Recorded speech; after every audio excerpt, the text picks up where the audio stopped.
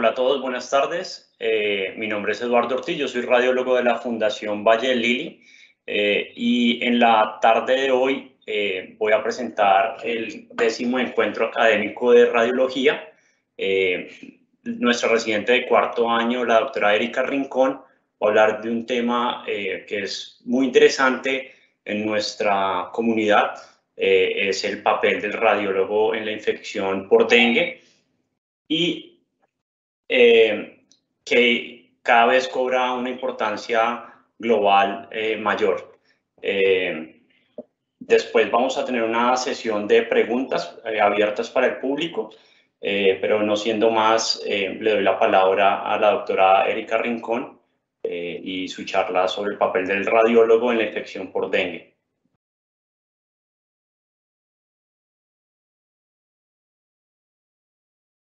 Buenas tardes para todos. Gracias al doctor Ortiz por la presentación. Como ya dijo, mi nombre es Erika Rincón, soy residente de cuarto año de Radiología e Imágenes Diagnósticas en la Fundación Valle del Lili y voy a presentarles el rol del radiólogo en la infección por dengue.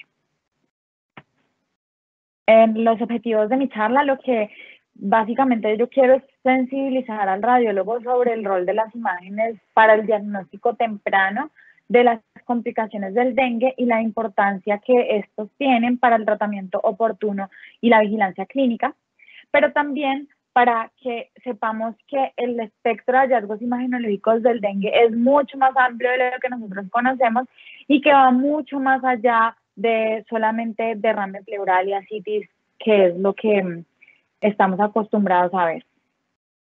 Este es el contenido de mi charla. Y para empezar, el dengue es la enfermedad viral más común transmitida por mosquitos, frecuentemente por el Aedes aegypti, pero también por otros géneros como el Aedes albopictus. La mayoría de los pacientes que adquieren esta enfermedad tienen una enfermedad autolimitada y este es un virus del RNA de la familia Flavivirus que tiene 4 serotipos que van del 1 al 4.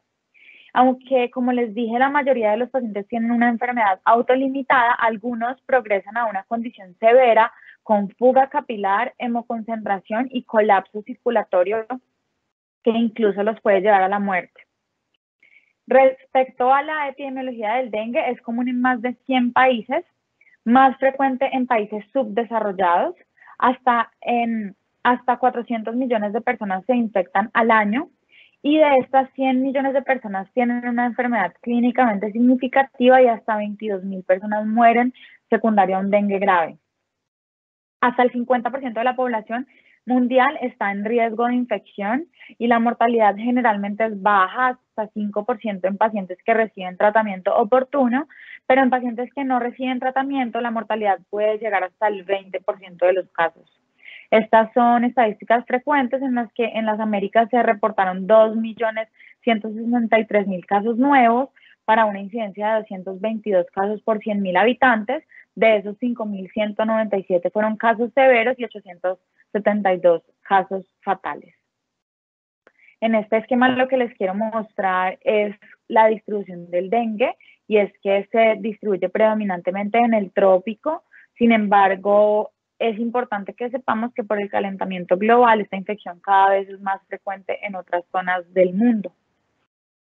Y para empezar a hablar sobre cómo funciona el dengue, generalmente cuando hay una infección primaria, es decir, por uno de los 4 serotipos que les mencioné, el virus puede afectar el endotelio, los macrófagos, el hígado y el vaso, y como les dije, es generalmente una enfermedad autolimitada.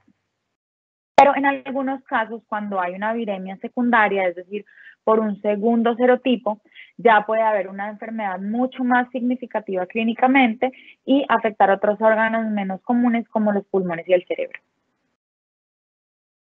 Para continuar hablando sobre la fisiopatología, quiero hacer esta aclaración y es que el dengue tiene 3 fases que vamos a ver más adelante. En la fase febril, el pico de la viremia está en su cúspide y después empieza a disminuir a la vez que empieza a aumentar la respuesta inflamatoria sistémica del paciente y aumentar la fuga capilar, que es el mecanismo fisiopatológico más importante del dengue y es el que causa esta fase crítica. Pero entonces, ¿qué pasa exactamente en la fase crítica del dengue? Lo que pasa es que los mediadores inflamatorios lo que hacen es que afectan el endotelio, producen un aumento en la permeabilidad de las células endoteliales y con esto hay una fuga del plasma y los productos sanguíneos, condicionando un síndrome de fuga capilar sistémico que, como ya les mencioné, es el principal mecanismo fisiopatológico de las complicaciones asociadas con el dengue. Respecto al diagnóstico, la clínica y los laboratorios son lo más importante, sin embargo, es importante que reconozcamos los hallazgos imagenológicos y los signos de severidad, porque como ya les dije, los pacientes y especialmente los niños pueden progresar rápidamente al choque y la muerte. La clínica del dengue es inespecífica y se puede confundir con otras enfermedades virales como el chikungunya, Zika e incluso el COVID, pero estos son algunos de los signos que podemos encontrar como fiebre, cefalea, náusea y vómito, dolor retroocular, leucopenia, manifestaciones hemorrágicas, un rash pruriginoso bastante característico. Es frecuente que el periodo de incubación oscile entre los 3 y los 14 días. Retomando las fases que tiene el dengue, son 3, como ya les dije, la fase febril, la fase crítica y la fase de recuperación. En la fase febril generalmente los pacientes tienen fiebre alta, cefalea, vómito, mialgias, artralgias y un rash pruriginoso que es bastante característico. También pueden tener trombocitopenia y leucopenia leves y elevación de las enzimas hepáticas. La mayoría de los pacientes se recuperan y no pasan por la fase crítica, sino que pasan ya a la fase de recuperación. Pero cuando hay todo lo que ya les mencioné, signos de fuga capilar, puede haber choque, disfunción orgánica, puede más frecuentemente haber complicaciones hemorrágicas, hemoconcentración, hipoproteinemia, trombocitopenia severa. Esta es la fase crítica de la enfermedad. Y ya la fase de recuperación en la que todas estas cosas resuelven. ¿Y qué es importante de esto? Entre el tercer y séptimo día para el clínico, ellos tienen que vigilar los signos de alarma de los pacientes. Y acá los radiólogos podríamos tener un papel importante porque las imágenes tienen bastante especificidad para ver signos de fuga capilar que vamos a ver más adelante. Esta es la clasificación de la OMS, no me voy a detener mucho, se divide en dengue sin signos de alarma, dengue con signos de alarma y dengue severo. En el sin signos de alarma tiene que haber fiebre y 2 de estos síntomas, entre ellos náuseas, exantemas y cefaleas. En el dengue con signos de alarma es ya el diagnóstico de dengue con uno de los siguientes, como dolor abdominal intenso, vómitos persistentes, acumulación de líquidos o sangrado de las mucosas. Y el dengue severo es diagnóstico de dengue con alguno de los siguientes, síndrome de fuga capilar severa o una hemorragia severa. De los laboratorios solamente quiero mencionar que hay 2 tipos de métodos, los métodos directos, que es por aislamiento del virus directamente o de partes del virus, y los métodos indirectos. Los métodos directos son más específicos y, como les dije, están en su pico en los primeros días de la enfermedad, y los métodos indirectos se elevan después de los primeros 7 días. Aunque tienen menos especificidad, pues los tenemos más accesibles en la mayoría de los centros. No hay un tratamiento específico para el dengue, pero el manejo de soporte temprano previene el choque y previene la muerte en estos pacientes y por lo tanto pues es importante. En la fase febril, cuando el paciente tolera la vía oral, lo que generalmente se hace es dar manejo ambulatorio, signos de alarma, a veces se hace evaluación diaria con hemograma y manejo pues antipirético y analgésico con acetaminofén. En la fase crítica puede ser un paciente con signos de alarma en el que el paciente se puede hospitalizar o hacer observación y hacer hidratación, ya sea oral o con líquidos endovenosos si el paciente no tolera la vía oral. Y cuando el paciente está choqueado se puede hacer reanimación hídrica. En casos de necesidad de transfusiones sanguíneas, de plaquetas, de plasma o de crioprecipitado. En casos ya muy severos, pues dependiendo de eso, la necesidad de vasopresores, inotrópicos o terapia de reemplazo renal. Hablando ya de los hallazgos imagenológicos, como les dije al comienzo, el dengue es una enfermedad multisistémica que puede afectar cualquier órgano prácticamente. Lo vamos a dividir en 3 grandes grupos: el tórax, el sistema nervioso central y el abdomen. Respecto al compromiso torácico, Es raro que haya un compromiso del tracto respiratorio inferior, lo más frecuente es que sea superior, pero cuando lo hay, los síntomas son leves en la mayoría de los casos, siendo el más frecuente disnea. Respecto a hallazgos que podemos encontrar en el pulmón, podemos encontrar vidrio esmerilado hasta en el 59% de los casos, edema pulmonar, engrosamiento septal y nódulos, SRA, atelectasias hasta en el 53% de los casos y hemorragia alveolar. En la pleura, el hallazgo más frecuente en el tórax en general es el derrame pleural, hasta en el 62% de los casos, y en el corazón podemos encontrar derrame pericárdico y miocarditis hasta en 15% de los casos. El derrame pleural, como les dije, es el hallazgo más común en tórax, hasta en el 35% de los casos es el único hallazgo imaginológico, y aunque típicamente es bilateral, puede ser unilateral y en estos casos generalmente es derecho. Y es importante, aquí empiezo a hacer énfasis en esto, y es que es un signo de fuga capilar que puede aparecer incluso antes de la hemoconcentración. Entonces acá empiezo a hacer énfasis en la importancia que tienen estos hallazgos que tal vez no le damos tanta importancia como debería. Y en artículos recientes, bueno, esto ya lo sabemos que la ecografía es un método más sensible para detectar derrames pleurales pequeños y por lo tanto a lo que se está enfocando es que próximamente que a estos pacientes los enfoquemos con una ecografía para descartar la presencia de derrame pleural como un signo de fuga capilar. Esta es una niña de 10 años con leucemia y dengue, en la que en la radiografía vemos un derrame pleural derecho e izquierdo. Aquí vemos como hay borramiento del ángulo costofrénico. Y en esta tomografía vemos un derrame pleural bilateral de predominio derecho con estas atelectasias subsegmentarias bilaterales. Las opacidades en vidrio esmerilado pueden ser parcheadas sin engrosamiento de los septos interlobulares en la fase aguda o pueden asociarse con engrosamiento de los septos inter e intralobulares o incluso con un patrón en adoquín desordenado en pacientes ya con evolución subaguda de más de 48 horas. Usualmente esos hallazgos resuelven en 2 semanas. Este es un hombre de 43 años en el que vemos estos nódulos de distribución centrilobular con densidad en vidrio esmerilado que comprometen predominantemente el lóbulo superior izquierdo asociado con estos tractos de atelectasia. Y esta es una mujer de 23 años en el que se ve esta opacidad parcheada en vidrio esmerilado asociado con atelectasias subsegmentarias en ambos lóbulos inferiores y escaso derrame pleural.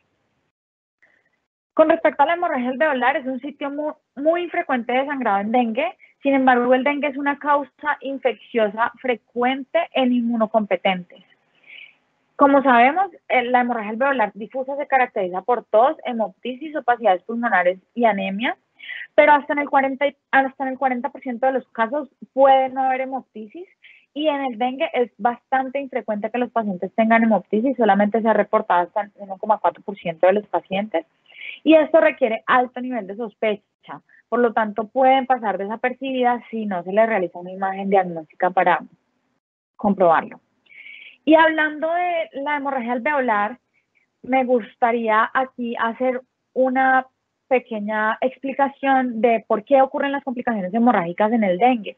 Y es que se creía antes que el dengue no infectaba la célula endotelial, pero ya se sabe que afecta directamente la célula endotelial, y esto asociado al estímulo del factor de necrosis tumoral alfa produce activación de la óxido nítrico sintetasa con reactantes tóxicos del oxígeno y lesión de la célula endotelial, produce apoptosis, pérdida de la integridad vascular, hemorragia, y este es uno de los procesos que produce las complicaciones hemorrágicas, pero es un proceso multifactorial.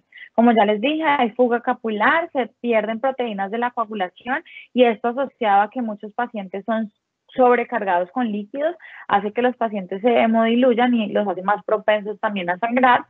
Y la trombocitopenia también es una causa de sangrado en dengue, que es por 2 causas grandes. Una es la infección directa viral de la médula ósea y otra es la destrucción de las plaquetas por la unión del virus con su anticuerpo.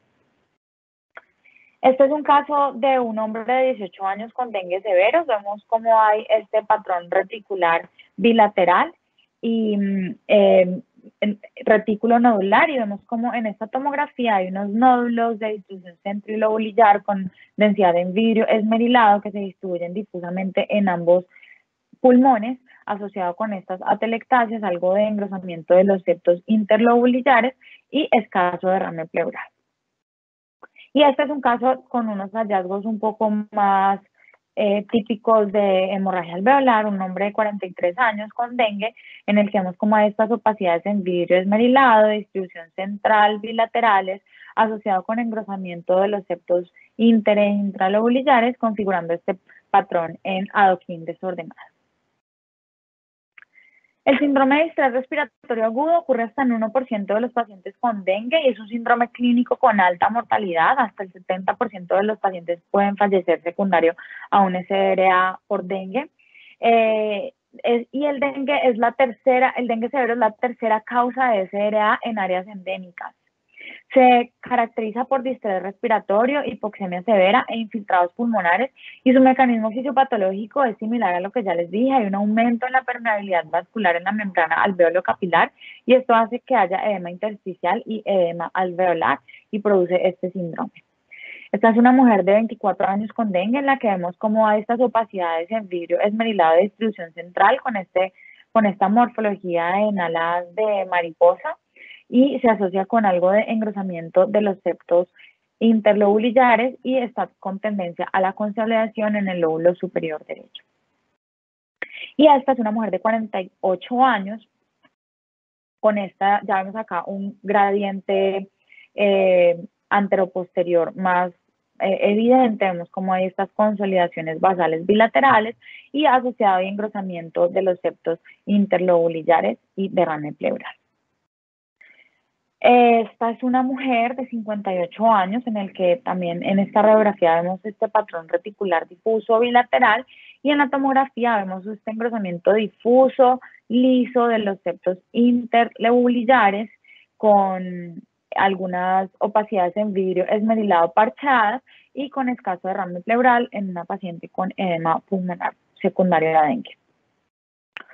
Este artículo solamente les quería mostrar, ellos encontraron en análisis histopatológicos en pacientes post-mortem que los hallazgos eran similares a lo que vemos en las tomografías y en los estudios imagenológicos: congestión pulmonar, edema alveolar, hemorragia, engrosamiento de los septos interlobulillares.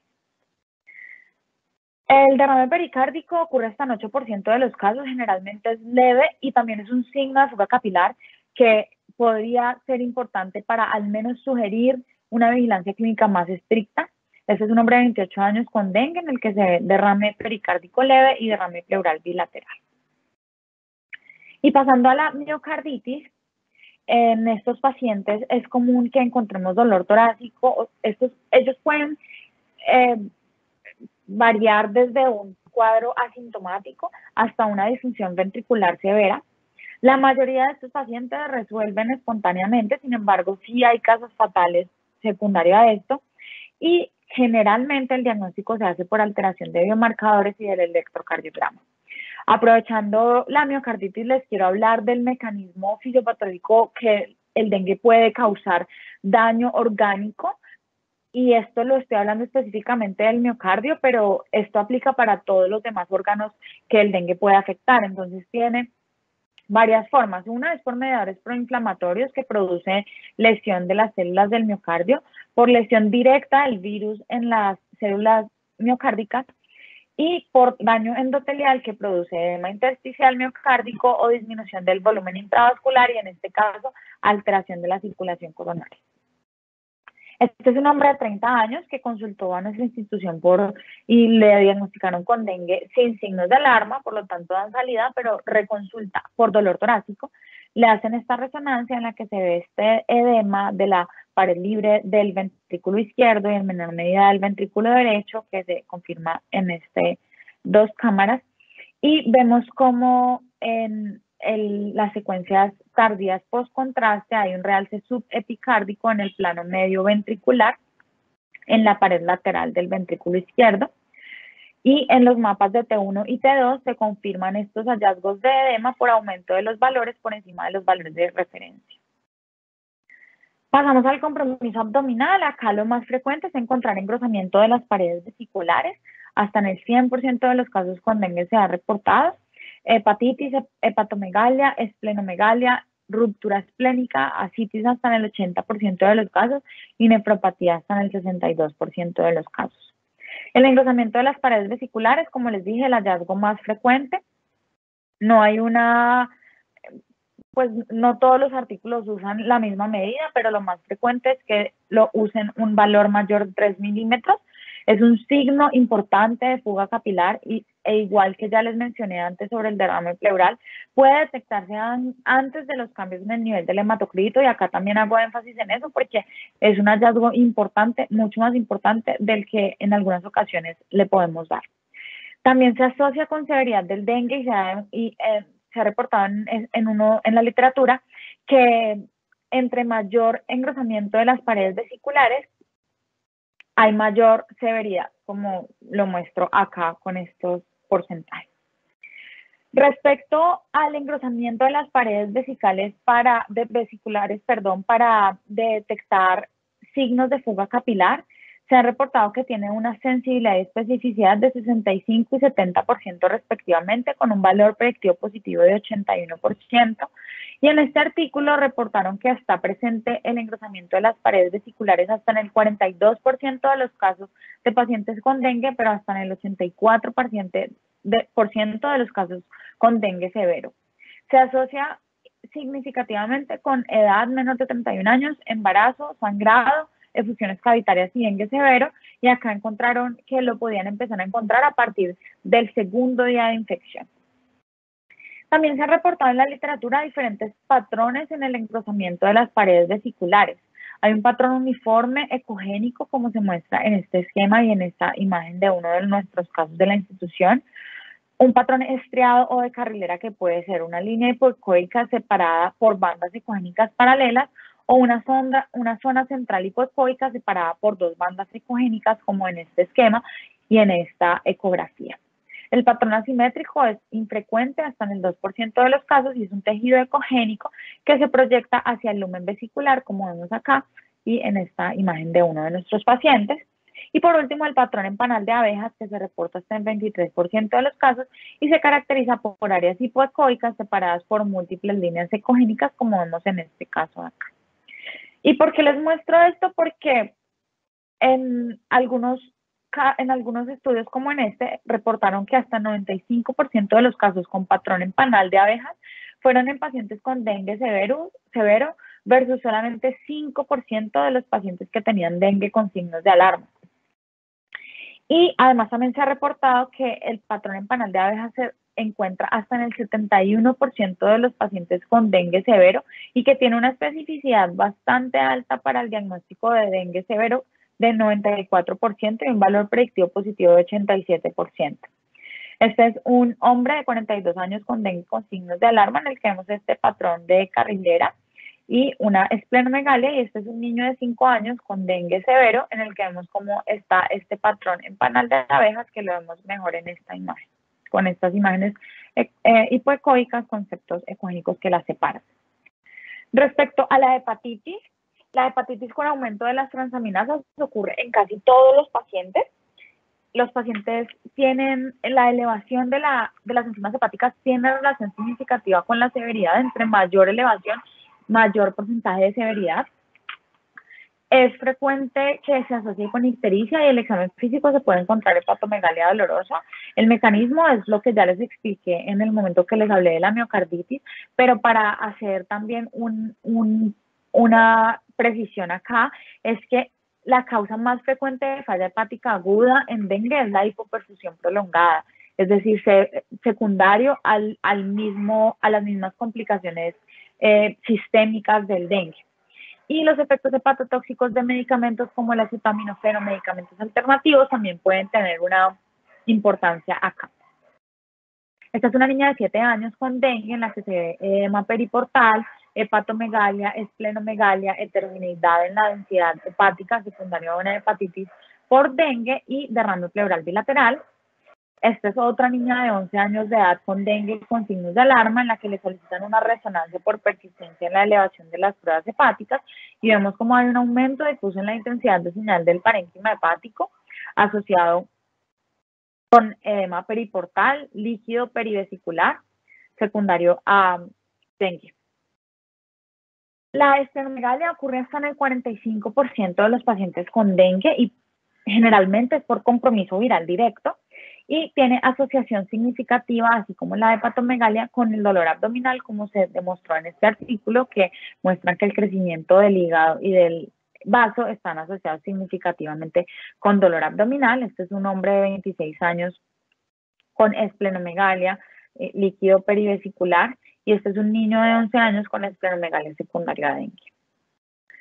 Este es el caso de una niña de 1 año con dengue con signos de alarma, en el que encontramos hepatoesplenomegalia, engrosamiento de las paredes vesiculares, y esto todo secundario a una infección por dengue.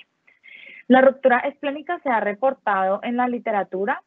Hay 17 casos en esta revisión sistemática y ellos reportan que los desencadenantes pueden ser trauma menor, vómito, trombocitopenia o coagulopatía. Los síntomas son muy variados, pero estos pacientes pues pueden llegar con un abdomen agudo secundario a esta ruptura esplénica. Y este es uno de los casos de la literatura, un hombre de 28 años con esta laceración esplénica, con un hematoma adyacente secundaria a una ruptura espontánea por infección por dengue. La nefropatía es frecuente también en estos pacientes. La injuria renal aguda como tal ocurre hasta en el 5% de los casos y se asocia con mayor tasa de mortalidad hasta en el 60%. Puede también haber proteinuria, hematuria o glomerulonefritis. Y acá también lo que pasa es similar a lo que ya les he explicado, es que hay una disminución de la perfusión renal por una disminución en el volumen intravascular que ocurre secundario a esta fuga capilar que ya vimos, y hay una necrosis tubular aguda. También puede ser por daño directo del virus. Es un niño de 14 años con dengue e insuficiencia renal aguda, en la que vemos aumento en la ecogenicidad renal y ascitis secundario a su infección por dengue. Y esta, una mujer de 35 años con insuficiencia renal aguda y hepatitis, en la que vemos como hay aumento en la intensidad de señal en las secuencias con información T2 del parénquima hepático, edema periportal. Vemos también como hay aumento y heterogeneidad en la intensidad de señal de los riñones, sin restricción en las secuencias de difusión, lo que sugería un compromiso renal por esta misma etiología infecciosa. Entonces acá quiero detenerme un momento, y es lo que les he venido haciendo énfasis durante toda la charla, y es el rol de la ecografía en el dengue, porque la ecografía puede detectar tempranamente signos de fuga capilar, como son el derrame pleural, la ascitis, incluso el derrame pericárdico y el engrosamiento de las paredes vesiculares. Y esto es importante porque nos puede ayudar a tomar decisiones terapéuticas tempranas y así impactar en el pronóstico de estos pacientes, pero también para en casos de que no encontremos ningún hallazgo asociado, podemos evitar hospitalizaciones innecesarias y disminuir los gastos en salud. Entonces, lo que dice la literatura reciente y lo que se está planteando es que generalmente la ecografía se hace tardíamente en los pacientes que ya sabemos que tienen signos de alarma o que ya sabemos que tienen dengue severo. Entonces, creo que lo que se va a apuntar en algún momento, como ya les dije, es que la ecografía se haga más temprano para poder detectar signos tempranos, valga la redundancia, de fuga capilar y poder tomar decisiones terapéuticas, como ya les mencioné. Acá mostraron en este estudio cómo han encontrado signos de fuga capilar incluso antes del inicio de la fiebre. Pues para hacer más énfasis en la gran herramienta que puede ser la ecografía en una infección por dengue y en un país como el nuestro, que es endémico. Cuando se usa la ecografía utilizando estos parámetros como el engrosamiento de las paredes vesiculares, el derrame pleural, la ascitis y la hepatoesplenomegalia, tiene una sensibilidad no muy buena de 58%, por lo tanto no se puede usar como un método de tamizaje, pero la especificidad es bastante buena, cercana al 80%, con un valor predictivo positivo de 83%, por lo tanto es un método bastante bueno para el diagnóstico de dengue.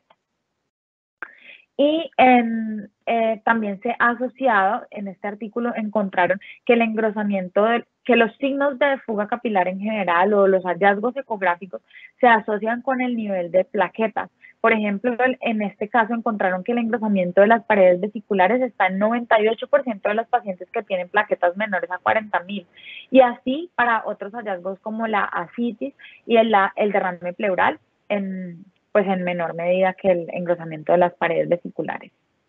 Este es un hombre de 18 años con dengue con signos de alarma, en el que se ve esta heterogeneidad en la ecogenicidad del parénquima hepático, hepatomegalia, se ve como hay este engrosamiento de las paredes vesiculares, ascitis, aumento en la ecogenicidad renal, probablemente por compromiso de la misma infección, y esplenomegalia. Y esto es otra cosa en la que también quiero hacer énfasis porque me parece muy importante, y es el dengue como imitador de abdomen agudo. Vamos a hablar específicamente de la apendicitis, de la pancreatitis y de la colecistitis calculosa. Y es que hasta el 15% de los pacientes con dengue pueden ingresar con signos de abdomen agudo y son enfocados en urgencias como tal.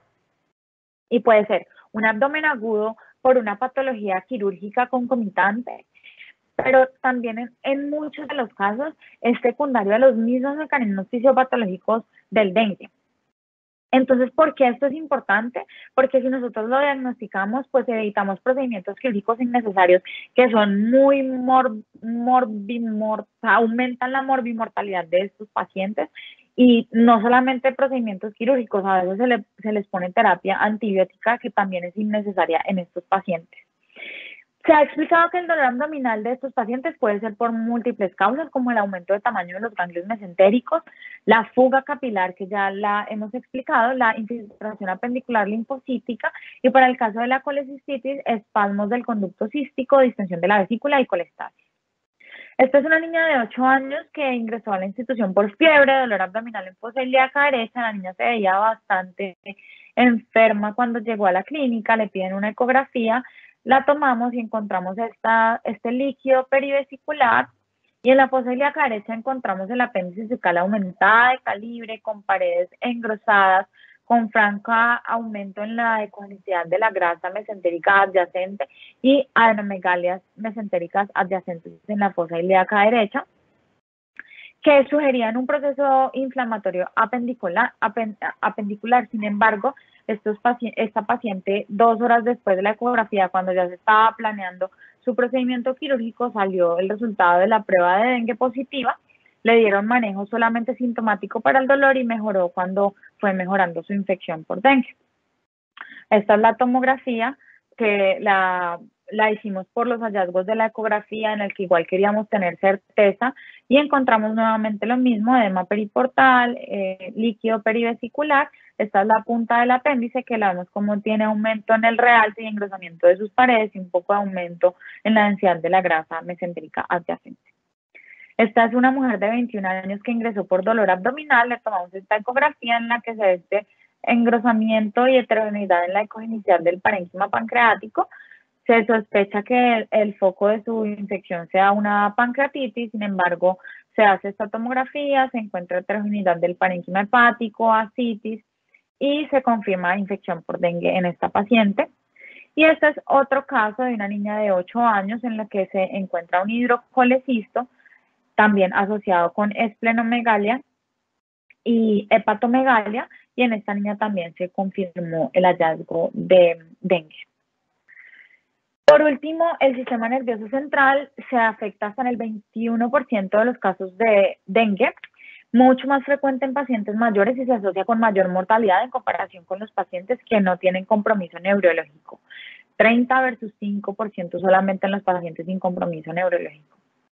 En el dengue hay 3 mecanismos específicos: el neurotropismo viral directo, como les dije, que puede causar encefalitis y meningitis; las complicaciones sistémicas, que ya es una encefalopatía secundaria, pero puede ser también ACV isquémico o hemorrágico; y las complicaciones postinfecciosas, como procesos desmielinizantes o síndromes inmunomediados como Guillain-Barré.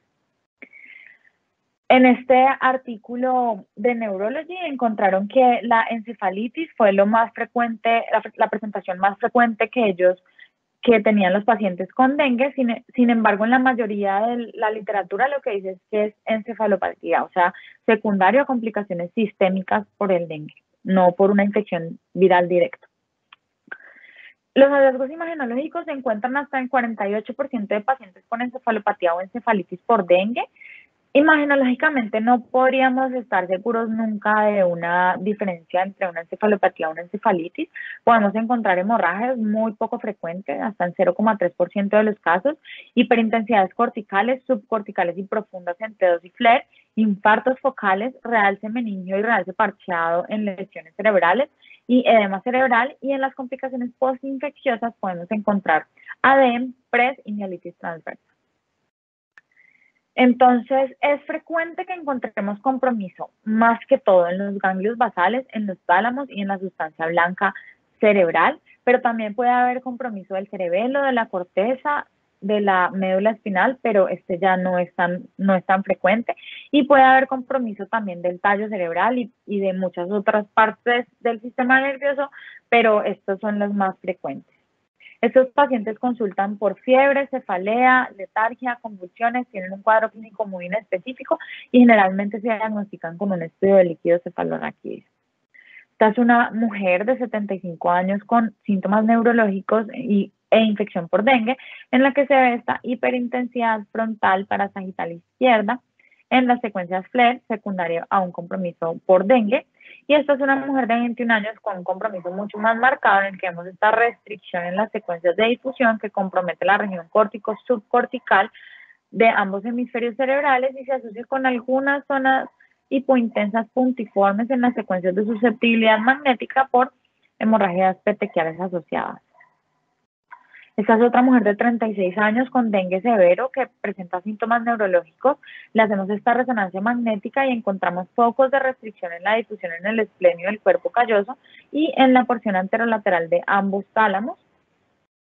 Este es un caso de la literatura de un hombre de 28 años en el que se ve estas hiperintensidades gangliobasales bilaterales en las secuencias T2 y FLAIR sin realce tras la administración del medio de contraste. En este artículo de la JNR ellos evaluaron 35 pacientes con dengue, 17 tenían compromiso en las imágenes. Lo más frecuente fue encontrar compromiso de la sustancia blanca, cerebral y cerebelosa, en los pedúnculos cerebrales medios, en los tálamos y en el tallo cerebral. Cuando encontraron hemorragias, encontraron microhemorragias en 8 casos, frecuentemente afectando los tálamos, la protuberancia, la sustancia blanca cerebral y cerebelosa, y macrohemorragia solamente encontraron en 3 casos. Y encontraron restricción en la difusión con compromiso de la sustancia blanca cerebral, de la sustancia gris profunda, del tallo cerebral y del cerebelo. Esta es una niña de 3 años en la que empieza a presentar síntomas neurológicos. Le hacemos esta tomografía en la que no se ve ningún hallazgo. 6 días después empeora y ya vemos como hay múltiples focos de hematomas intraparenquimatosos, el de mayor tamaño frontal parasagital izquierdo, con drenaje al sistema ventricular supratentorial, con hernia subfalcina asociada, y esta niña lamentablemente es uno de nuestros casos fatales por dengue. Este es un caso de la institución de un hombre de 21 años, de la literatura, perdón, de un hombre de 21 años que tiene esta hiperintensidad central y posterior en la médula espinal que se extiende desde T2 hasta T10 y es secundaria a una mielitis por infección por dengue. Ya para terminar, estos son los puntos de aprendizaje que quiero que se queden. El dengue tiene básicamente 3 mecanismos fisiopatológicos. La fuga capilar, que es el principal mecanismo fisiopatológico por el que los pacientes se complican y básicamente es el principal mecanismo por el que los pacientes fallecen. El daño viral directo de múltiples órganos y mediadores inflamatorios. Ya de las hemorragias, como les mencioné, es un proceso multifactorial. En los signos imagenológicos de fuga capilar, importante, ¿por qué? Porque los podemos ver en ecografía tempranamente, más temprano de lo que creemos, y tienen mucha más importancia de la que nosotros en muchos casos le damos.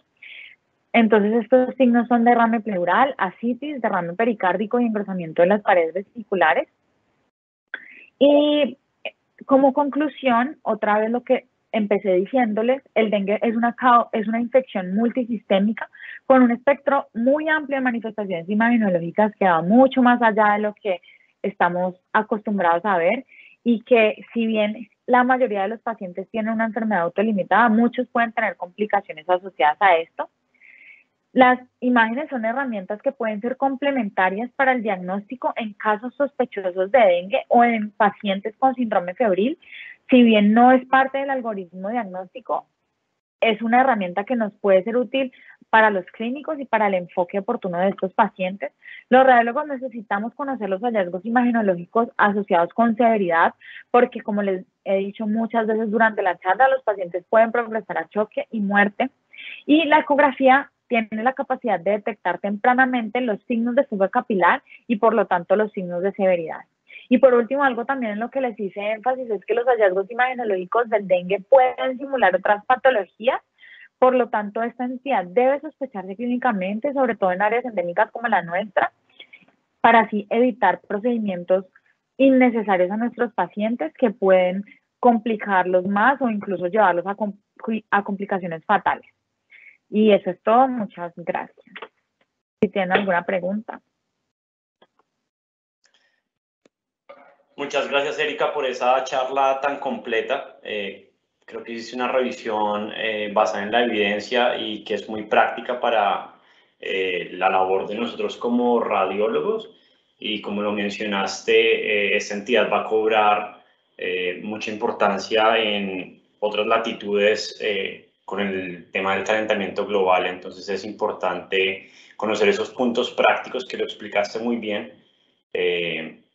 Y voy a leer una pregunta que veo aquí en el tablero.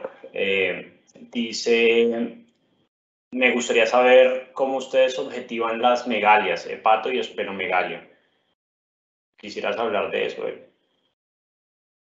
Pues en los niños nosotros tenemos unas tablas que van por edad, y en los adultos pues básicamente alrededor de 15 centímetros pues consideramos que es hepatomegalia, y en el vaso 13 centímetros. No sé si el doctor Ortiz tiene algo adicional. Sí, de acuerdo. Pues usamos las tablas de referencia en los valores en los pacientes pediátricos, y de resto por encima de 16 en el vaso, en el hígado, y de 13 en el vaso. Esos son los valores que usamos para definir hepato y esplenomegalia. Pues teniendo en cuenta las diferentes modalidades en las que se puede evaluar, pero sí, en los niños nos regimos con los valores de referencia en las diferentes tablas que hay. Listo, pues no siendo más, les agradecemos por haber asistido a este seminario. Es un tema muy interesante y muy relevante, y los esperamos para el próximo encuentro académico de radiología. Muchas gracias a todos por la atención y gracias a Erika por... Gracias, doctor Ortiz, y gracias a todos.